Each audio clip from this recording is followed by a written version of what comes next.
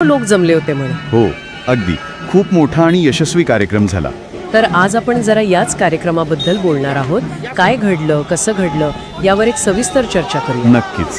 हा कार्यक्रम होता पूज्य भिक्खू शिलावन सलकार यांच्या वर्षावासाच्या समाप्तीनिमित्त. म्हणजे बौद्ध परंपरेत पावसाळ्याचे 3 महिने भिक्खू एकाच ठिकाणी राहून साधना करतात. त्याला वर्षावास म्हणतात. अच्छा. आणि त्याच्या समाप्तीचा हा सोहळा होता.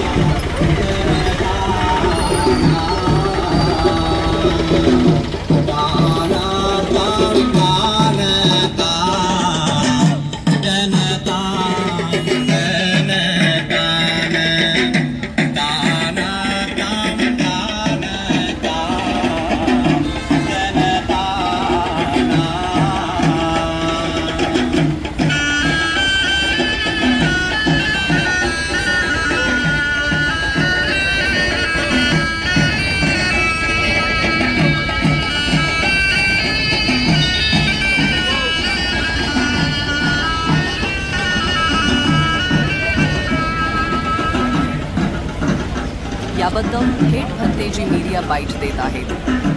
आधी हे ऐकूया. शुभेच्छाच असणारा हा सद्धम्मावर आरूढ असणारा सदा पूजनीय श्रावक संघ आज या अमरावती शहरामध्ये भंते शीलवंश अलंकार यांच्या वर्षावास समापन दिनानिमित्त भद्रावतीवरून भगवान बुद्धाच्या अस्थी धातू या ठिकाणी बोलवण्यात आलेले आहे.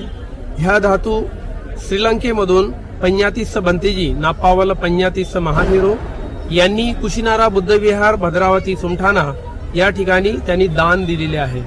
बऱ्याच वर्षापूर्वी त्यांनी आणलेले आहे आणि त्या विहाराला दान दिलेले आहे. यांनी याचना केली या भंतेजीने की आमच्या इकडे सुद्धा अमरावती शहरातील उपासक उपासिकांना भगवान बुद्धाच्या धातूचे दर्शन व्हावे आणि त्यांचं सुद्धा पुण्यकर्म वाढावं या उद्देशाने भंतेजीने रिक्वेस्ट केली की आमच्या शहरात सुद्धा आपण धातू घेऊन यावं. तर त्यांच्या आग्रहानुसार या ठिकाणी मी भगवान बुद्धाच्या धातू आणलेले आहे. तर भंतेजीनं त्या धातू भारतामध्ये आणलेले आहे. त्यांना श्रीलंकेमध्ये विहारामध्ये त्यांना मिळालेले आहे. यामध्ये 3 धातू आहेत. पहिले 2 धातू होत्या, त्यानंतर भगवान बुद्धाच्या या 2 धातू भंतेजी जवळ होत्या. दुसऱ्या वेळेस आता गेले त्यावेळेस त्यांनी आणल्या. एक धातू एक दिसते मुंगाच्या खड्या एवढी आहे आणि एक एकदम बारीक आहे. एकदम दिसालाच पाहत नाही, ते सूक्ष्म यानं पाहिल्याशिवाय दिसत नाही. 3 धातू यामध्ये आहे. भगवान बुद्धाच्या ज्या अस्थी असतात त्या अस्थीमध्ये जे मज्जा असते, लिक्विड असते, ते भगवान बुद्धाचं शरीर अग्नीमध्ये जाळत असताना त्या मज्जा जमा होतो आणि त्याचे खडे बनतात, लिक्विडचे खडे बनतात. त्याला धातू म्हणतात. अस्थी ह्या हड्ड्या असतात, यामध्ये धातू आहे, अस्थी नाही. म्हणून भगवान बुद्धाच्या शरीराची ही धातू आहे. त्या पूजा करण्यासाठी पञ्यातीस भंतेजीने विहाराला दिलेली आहे. त्यामुळे यांच्या शीलवंश अलंकार या भंतेच्या आग्रहास्तव या ठिकाणी तुम्हाला सर्वांना या धातूचे दर्शन होत आहे. पुण्यवान आहो आपण की या पुण्यामध्ये तुम्हाला त्यांनी सहभागी करून घेऊ. आज आपण एका खूप महत्त्वाच्या आणि नुकत्याच अमरावतीत झालेल्या एका सोहळ्याबद्दल बोलणार आहोत. आपल्याकडे याबद्दल थोडी माहिती आहे, काही नोंदी आहेत, त्यावरच आज आपण सविस्तर चर्चा करूया. नमस्कार. हो, नक्कीच. हा सोहळा होता भगवान गौतम बुद्धांच्या पवित्र अस्थिधातूंच्या दर्शनाचा. अमरावतीमध्ये तपोवन परिसरात लुंबिनी बुद्ध विहार आहे. तिथे 24 आणि 25 ऑक्टोबरला हा 2 दिवसांचा कार्यक्रम झाला. बरोबर. तर मग नक्की काय होतं या सोहळ्यात, त्याचं महत्त्व काय, कोण कोण होतं, कोणी आयोजन केलं होतं, या सगळ्यावर आज आपण बोलूया. म्हणजे चला जरा खोलात जाऊन बघूया. नक्कीच. हा फक्त एक धार्मिक विधी नव्हता मला वाटतं. तो म्हणजे एका मोठ्या समुदायाच्या श्रद्धेचा, त्यांच्या एकीचा आणि हो, शिस्तबद्ध आयोजनाचा एक उत्तम नमुना होता. जी माहिती आहे आपल्याकडे त्या आधारावर आपण याचं विश्लेषण करू. सुरुवात झाली ती भिक्खू शिलावन सलकार यांच्या वर्षावासाच्या समापनाने. आता हे वर्षावास म्हणजे काय असतं बौद्ध परंपरेत, थोडं सांगाल का? हो. वर्षावास म्हणजे पावसाळ्याचे जे 3 महिने असतात ना, तेव्हा बौद्ध भिक्खू एकाच ठिकाणी थांबतात. ते प्रवास करत नाहीत. अच्छा. हो, तिथे ते ध्यान, अध्ययन, साधना करतात आणि हा काळ संपला की म्हणजे साधारण ऑक्टोबरमध्ये त्याचा एक समापन सोहळा होतो. तर भिक्खू शिलावंसलंकार यांच्याच याच साधनेच्या समाप्तीनिमित्त हा 2 दिवसांचा कार्यक्रम होता. समजलं. म्हणजे या कार्यक्रमाला एक अशी धार्मिक पार्श्वभूमी होती आणि यातला सगळ्यात जास्त आकर्षक भाग होता तो म्हणजे भगवान बुद्धांच्या अस्थिदर्शन रॅलीचा, बरोबर? अगदी बरोबर. ती रॅली खूप महत्वाची होती. तपोवन चौक ते लुंबिनी बुद्धविहार असा तो मार्ग होता. आणि विशेष म्हणजे त्या मार्गावर अक्षरशः फुलांच्या पायघड्या घातल्या होत्या. फुलांच्या पायघड्या. अरे वा, ऐकायलाच किती छान वाटतं. ही सजावट कोणी केली होती याबद्दल काही माहिती आहे का? हो, आहे ना. जी माहिती मिळाली आहे त्यानुसार ही जी सुंदर सजावट होती फुलांची, ती प्रिया राऊत आणि पूजा वानखडे यांनी केली होती. त्यांच्यामुळे सगळं वातावरण अगदी प्रसन्न आणि पवित्र वाटत होतं. अप्रतिम. खरंच कौतुक आहे त्यांचं. आणि रॅलीमध्ये लोकांचा सहभाग कसा होता? खूप मोठा सहभाग होता.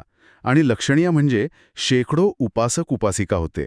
सगळे पांढऱ्या शुभ्र वस्त्रांमध्ये अत्यंत शांतपणे शिस्तीत चालले होते. बुद्धांचा जयघोष करत होते आणि हजारो अमरावतीकर रस्त्याच्या दोन्ही बाजूंना उभे राहून त्या पवित्र अस्थिधातूंना अभिवादन करत होते. ते दृश्य खरंच म्हणजे समुदायाची एकता, श्रद्धा आणि आदर दाखवणारं होतं. हो, रस्त्यावरती फुलांची चादर आणि इतके शिस्तबद्ध अनुयायी, कल्पना करता येते किती प्रभावी वातावरण असेल. अगदी खूप भक्तिमय आणि प्रभावी वातावरण निर्माण झालं होतं. पण या सोहळ्यात फक्त रॅली नव्हती ना, म्हणजे इतरही काही महत्त्वाचे धार्मिक विधी झाले असतील? हो, अर्थातच. रॅली तर एक भाग होता. मुख्य कार्यक्रम तर लुंबिनी विहारात झाले. शुक्रवारी म्हणजे 24 तारखेला संध्याकाळी 7 वाजता महापरित्राण पाठ आणि कठीण चिवरदान कार्यक्रमाला सुरुवात झाली. महापरित्राण पाठ आणि कठीण चिवरदान हं. हे काय विधी आहेत? यांचं काय महत्त्व आहे? महापरित्राण पाठ म्हणजे बौद्ध धम्मातली काही निवडक सूत्त आहेत, म्हणजे उपदेश. त्यांचा तो संग्रह आहे. अच्छा. हा पाठ मुख्यतः सुरक्षिततेसाठी, आशीर्वादासाठी किंवा नकारात्मक शक्तींपासून संरक्षणासाठी म्हटला जातो. आणि तो रात्रभर चालला. मग शनिवारी सकाळी 7 वाजता त्याचं समापन झालं. आणि कठीण चिवरदान? कठीण चिवरदान हा एक खूप विशेष आणि महत्त्वाचा विधी आहे. तो वर्षातून एकदाच होतो, वर्षावास संपल्यानंतर. कठीण म्हणजे मजबूत, टिकाऊ आणि चिवर म्हणजे भिक्खूंचं वस्त्र. ह्याला काही ऐतिहासिक संदर्भ आहे का? म्हणजे ही परंपरा कशी सुरू झाली? हो, आहे ना. एक कथा आहे यामागे. असं म्हणतात की महाप्रजापती गौतमी होत्या, भगवान बुद्धांच्या मावशी आणि पहिल्या भिक्खुनी. हो. त्यांनी स्वतः विणलेलं एक खास वस्त्र भगवान बुद्धांना दान दिलं होतं. हा. तेव्हा बुद्धांनी ते स्वतः स्वीकारलं नाही. त्यांनी ते संघाला म्हणजे सगळ्या भिक्खू समुदायाला दान म्हणून स्वीकारायला सांगितलं. अच्छा. आणि त्यांनी अशी परंपरा सुरू केली की ज्या भिक्खूने वर्षावासाचे 3 महिने खूप निष्ठेने, परिश्रमाने साधना केली आहे, हा. त्या भिक्खूला सगळ्या संघाच्या वतीने हे विशेष कठीण चिवर दान म्हणून द्यायचं. हा त्या भिक्खूच्या साधनेचा सन्मान असतो. अरे वा, म्हणजे हे फक्त वस्त्रदान नाहीये, तर त्या साधनेचा आणि परिश्रमाचा गौरव आहे. मग शनिवारी सकाळी पाठाच्या समापनानंतर काय झालं? शनिवारी सकाळी पाठ संपल्यावर साधारण 9 वाजता जे पूजनीय भिक्खू संघ आले होते, त्यांनी जमलेल्या लोकांना धम्मदेसना दिली. धम्मदेसना म्हणजे? धम्मदेसना म्हणजे भगवान बुद्धांची जी शिकवण आहे त्यावर आधारित मार्गदर्शन किंवा प्रवचन. यातून लोकांना कसं जगावं ह्याची प्रेरणा मिळते. आणि मग भोजनदानाचा कार्यक्रम पण होता असं ऐकलं. हो, धम्मदेसना झाली की मग भिक्खू संघासाठी भोजनदानाची व्यवस्था होती. आणि जेवढे उपासक-उपासिका आले होते कार्यक्रमाला, त्या सगळ्यांसाठी सुद्धा भोजनदान आयोजित केलं होतं. त्याला संघदान असंही म्हणतात. सगळं काही अगदी शांततेत आणि व्यवस्थित पार पडलं. आता आपण येऊया या सोहळ्याच्या केंद्रस्थानी असलेल्या भगवान बुद्धांच्या अस्थिधातूंवर. या अस्थी नक्की कुठून आणल्या होत्या? या ज्या पवित्र अस्थिधातू आहेत त्या चंद्रपूर जिल्ह्यात भद्रावती नावाचं ठिकाण आहे, तिथल्या कुशीनारा बुद्ध विहारातून आणल्या होत्या. अच्छा, भद्रावतीहून? हो, आणि त्या आणण्याचं श्रेय जातं पूज्य भिक्खू सच्चकजी महाथेरो यांना. यात अजून एक गोष्ट म्हणजे या अस्थिधातू मूळ श्रीलंकेतून पूज्य प्याती भंतेजींना मिळाल्या होत्या म्हणे, आणि त्यांनी त्या भद्रावतीच्या विहाराला दान दिल्या होत्या. पण आपण सारखं अस्थिधातू म्हणतोय. आता सामान्यपणे अस्थि म्हटलं की हाडं असाच अर्थ घेतला जातो. तर या धातू म्हणजे हाडांपेक्षा काही वेगळे आहेत का? हा प्रश्न नक्कीच पडू शकतो कोणालाही. अगदी बरोबर विचारलत. हा मुद्दा महत्त्वाचा आहे आणि तो स्पष्ट व्हायला हवा. यात विशेष गोष्ट अशी आहे की बौद्ध परंपरेनुसार अस्थिधातू या सामान्य हाडांपेक्षा म्हणजे बोन्सपेक्षा वेगळ्या मानल्या जातात. कशा वेगळ्या? जी माहिती आहे किंवा जी मान्यता आहे त्यानुसार असं म्हणतात की भगवान बुद्धांच्या महापरिनिर्वाणानंतर जेव्हा त्यांच्या पार्थिव शरीराला अग्नी दिला गेला तेव्हा त्यांच्या शरीरातले काही भाग, विशेषतः अस्थींमधली मज्जा म्हणजे मॅरो किंवा इतर काही शारीरिक घटक, ते उच्च तापमानामुळे स्फटिकांसारखे किंवा मोत्यांसारख्या कणांमध्ये रूपांतरित झाले. अरे वा. हो, यांनाच धातू किंवा शरीर धातू असं म्हणतात. म्हणजे ही एक नैसर्गिक पण अद्भुत प्रक्रिया मानली जाते. बरोबर. आणि ह्या धातू अत्यंत पवित्र मानल्या जातात. त्या जगभरातल्या बौद्ध विहारांमध्ये, स्तूपांमध्ये जपून ठेवलेल्या आहेत. अमरावतीच्या दर्शनासाठी आणल्या होत्या त्यात 3 धातू होत्या असं कळतंय. अच्छा. त्यातली एक मळे मुगाच्या दाण्याच्या आकाराची होती आणि दुसरी इतकी सूक्ष्म होती की सहज डोळ्यांना दिसत नाही. तिसऱ्या धातूच्या आकाराबद्दल स्पष्ट नाहीये, पण एकूण 3 होत्या. बौद्ध उपासकांसाठी यांचं दर्शन घेणं हे खूप मोठं पुण्यकर्म मानलं जातं. आणि या अमरावतीत कशा आल्या? म्हणजे कोणी पुढाकार घेतला? भिक्खू शिलावंसलंकार यांनी विनंती केली होती. अमरावती आणि आसपासच्या लोकांना या पवित्र धातूंचं दर्शन घेता यावं, त्यांचं पुण्य मिळावं, या चांगल्या हेतूने पूज्य भिक्खू सच्चकजी महाथेरो यांनी त्या खास भद्रावतीहून अमरावतीत आणल्या होत्या. त्यामुळे अमरावतीकरांसाठी हा खरंच एक खूप दुर्मिळ आणि भाग्याचा योग होता. निश्चितच. एवढा मोठा, महत्वाचा आणि शिस्तबद्ध कार्यक्रम यशस्वी झाला यामागे अनेक लोकांचे कष्ट असणार. तर या सोहळ्याचे मुख्य आयोजक कोण होते किंवा प्रमुख भिक्खू कोण उपस्थित होते? अर्थातच या सोहळ्याचे केंद्रबिंदू तर भिक्खू शिलावंसलांकार होते, कारण त्यांच्या वर्षावासाच्या समापनाचाच हा मुख्य कार्यक्रम होता.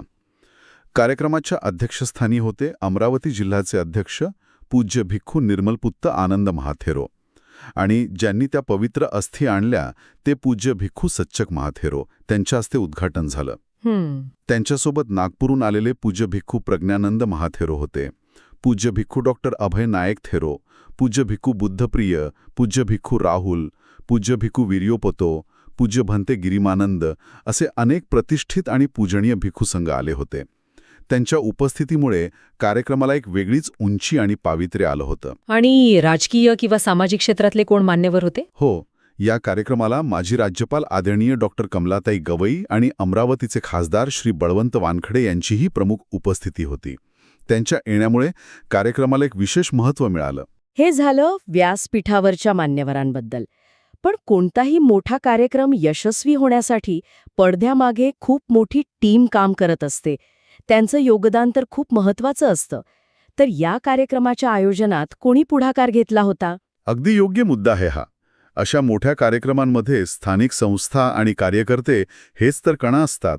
आणि या संपूर्ण सोहळ्याच्या यशस्वी आयोजनामध्ये नवयुवक पंचशील मंडळाचा सिंहाचा वाटा होता. या मंडळाचं योगदान खरंच खूप मोलाचं होतं. नवयुवक पंचशील मंडळ यांच्याबद्दल थोडं आणखी सांगा ना. हो, नक्कीच. नवयुवक पंचशील मंडळाचे अध्यक्ष आहेत श्री जगदीश सायडे. त्यांच्या कुशल नेतृत्वाखाली मंडळाच्या संपूर्ण टीमने अक्षरशः अहोरात्र मेहनत घेतली. श्री जगदीश सायडे साहेबांचं योगदान आणि त्यांची जी संघटन क्षमता आहे ती या कार्यक्रमाच्या प्रत्येक टप्प्यावर दिसत होती. त्यांच्या मार्गदर्शनाखाली सगळं नियोजन अगदी व्यवस्थित आणि शिस्तीत पार पडलं. आणि त्यांच्यासोबत खांद्याला खांदा लावून काम करणारे अनेक सहकारी होते. माजी सैनिक श्री हिरामन गावंडे, डॉक्टर नरेंद्र गुलदेवकर, श्री दीपक कठाणे, श्री यश आसोडे, श्री रवी ठोणी, श्री सुमित पुडके, श्री सुबोध इंगळे, श्री सचिन बनसोड, श्री राहुल खंडाळे या सगळ्यांचा सक्रिय सहभाग होता. महिलांचा सहभाग कसा होता? महिलांचाही खूप चांगला सहभाग होता. श्रीमती शशिकला गवई, श्रीमती जयश्री कठाणे आणि मातोश्री रमाबाई महिला संघाचे सदस्य आणि पदाधिकारी यांनी पण खूप मोलाचं सहकार्य केलं.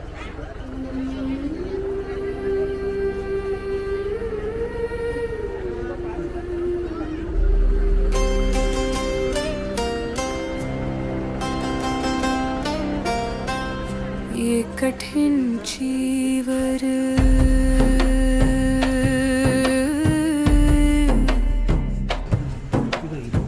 ये पवित्र जीवर महाफलदायी है जीवन में एक बार करना है जरूरी ये कठिन जीवरदान.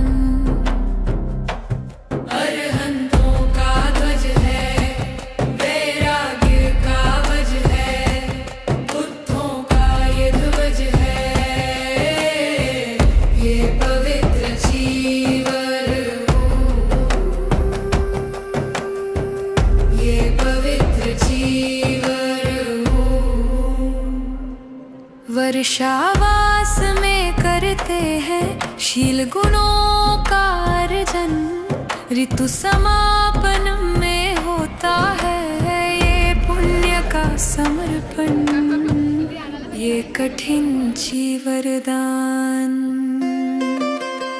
हाँ ये कठिन ची वरदान।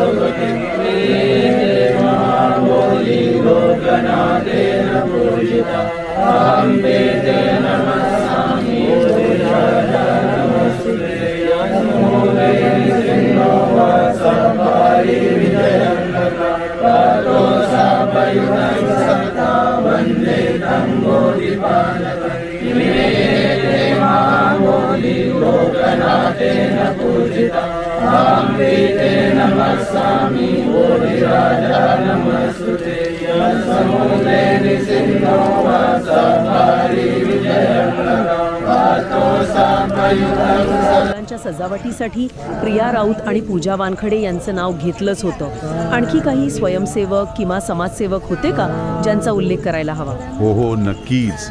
अनेक समाजसेवकांनी सुद्धा स्वयंस्फूर्तीने मदत केली.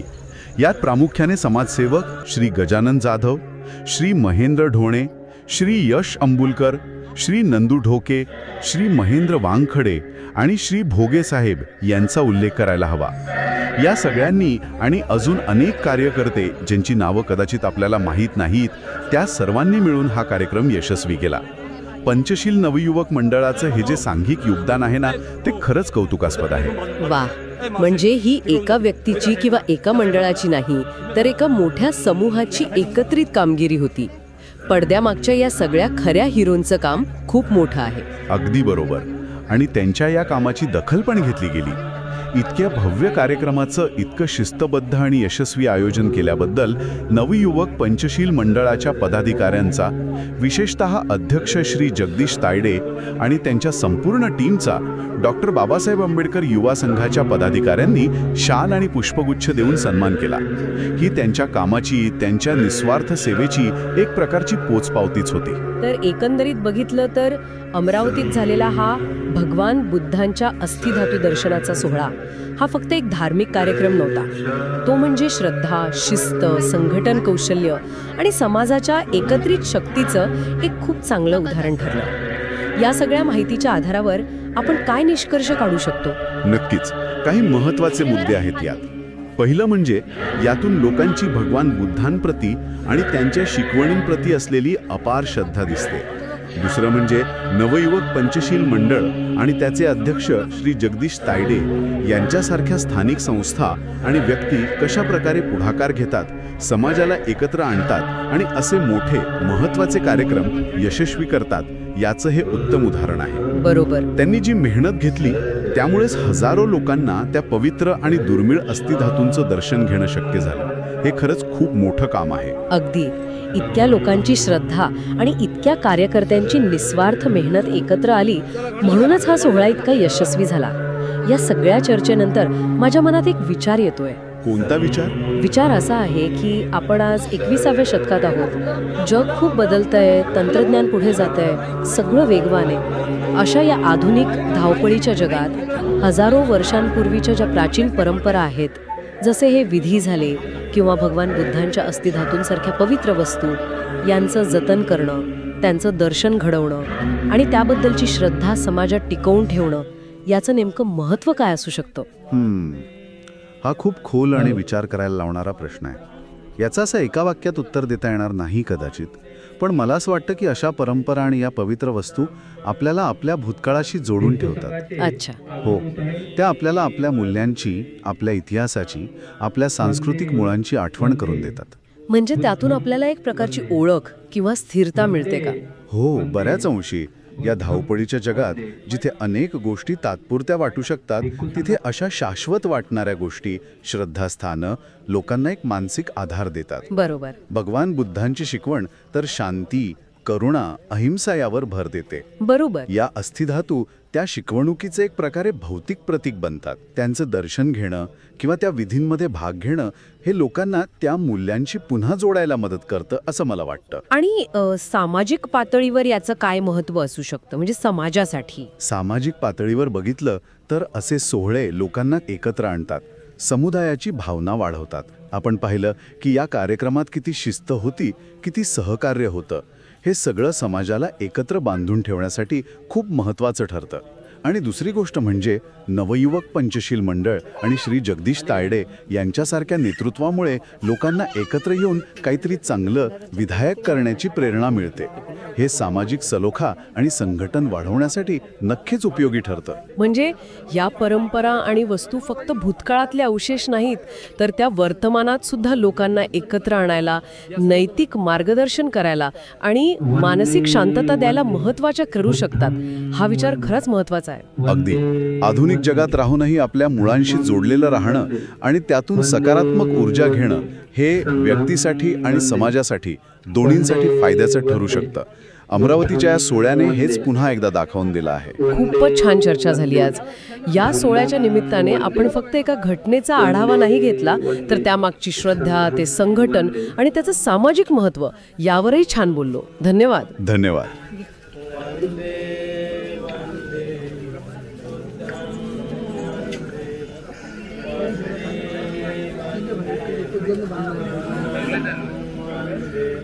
वंदे वंदे बुद्धं वंदे वंदे वंदे धम्मं वंदे वंदे वंदे संघं वंदे वंदे वंदे बुद्धं वंदे वंदे वंदे धम्मं वंदे.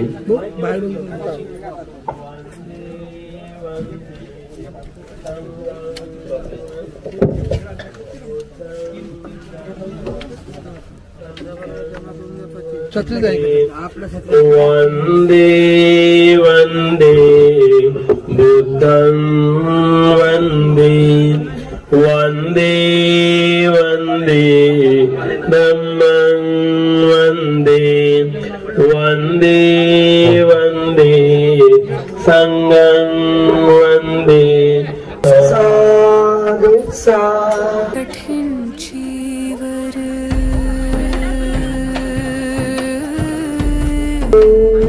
साधु पवित्र साधु महाफलदायी है जीवन में एक बार करना है जरूरी ये कठिन छी वरदान.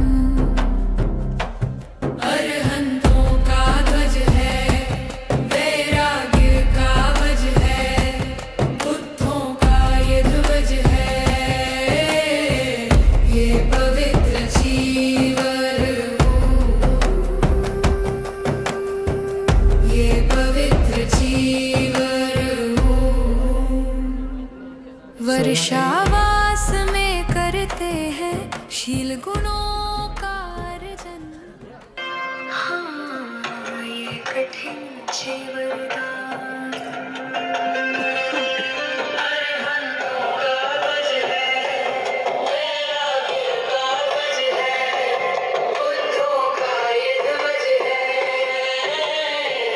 ये पवित्र चीवर हो, ये पवित्र चीवर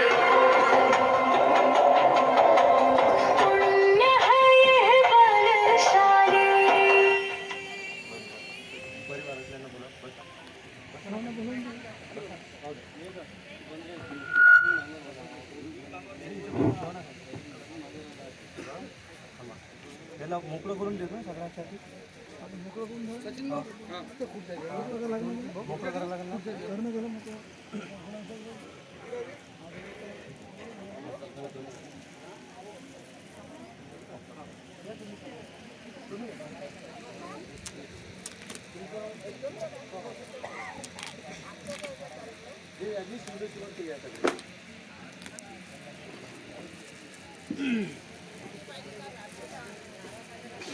खाली बसा.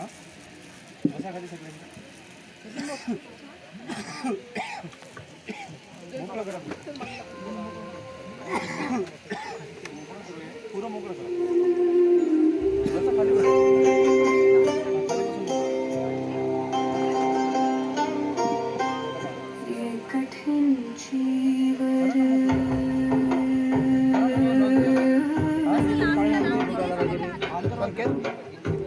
ये पवित्र जीवन महाफलदायी है जीवन में एक बार करना है जरूरी ये कठिन जीवरदान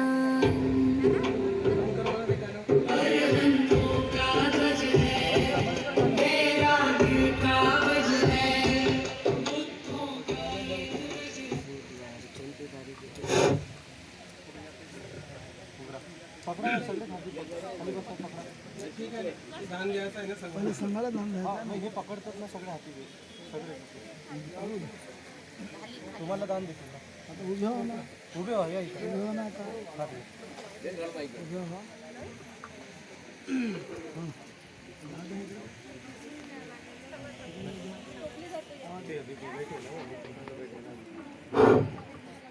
आज कठीणची वरदान होत आहे. ज्या परिवारातर्फे हे कठीणच्या दान दिले जात आहे त्यांनी या प्रकारे गाथा उच्चारावी. तायडे परिवार आणि त्यांच्यासोबत ज्यांनी मेहनत केलेली आहे हाताने चिवर शिवण्यासाठी ते सर्व उपासिका संघ यांनी ही दान गाथा म्हणावी.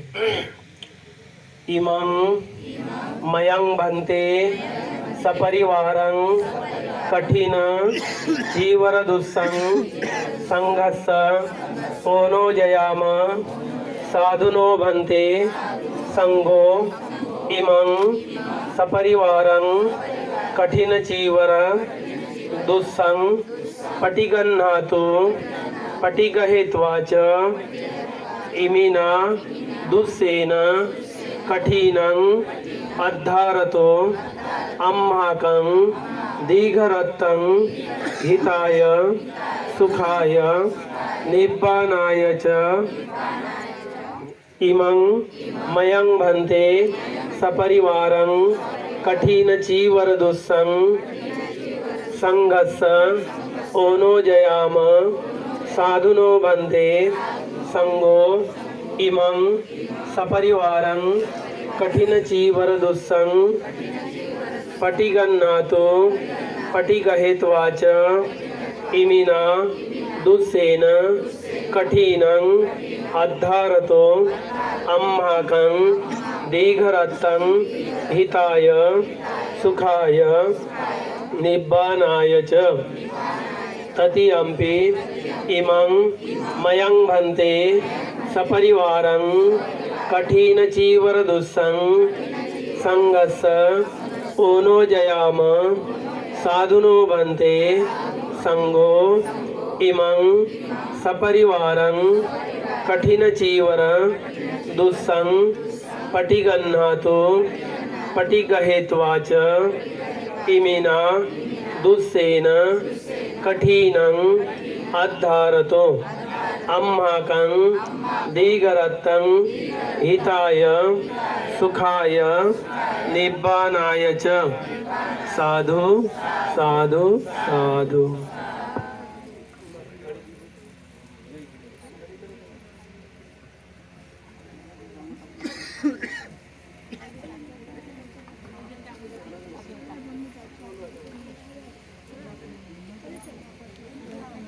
खाली बसून वंदन करा.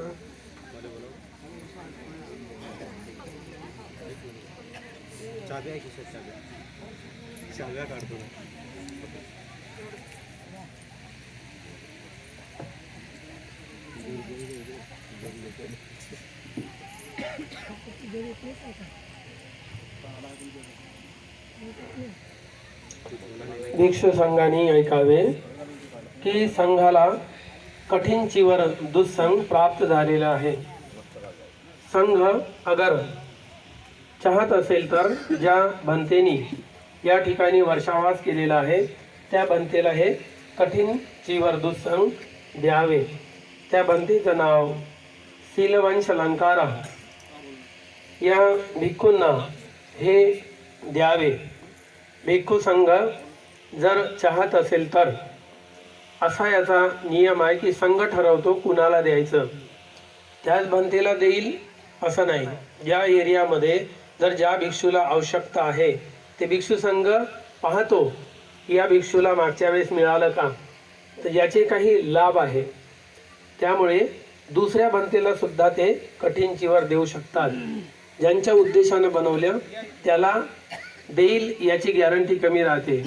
कारण आजूबाजूला जर कोणी वर्षावासाला नाही आणि त्याला चिवर मिळालं नाही किंवा चिवर मिळालं तर ज्यांनी मेहनत केलेली आहे त्या भिक्षूला पण हे चिवर दिला जातो. तो संघ ठरवतो. म्हणून एखादी वरिष्ठ भिक्षू उठून तो संघासमोर सांगतो की या प्रकारे हे कठीण चिवर दुस्संग प्राप्त झालेलं आहे, भिक्खू संघाने ठरवावे. यानंतर भिक्खू संघ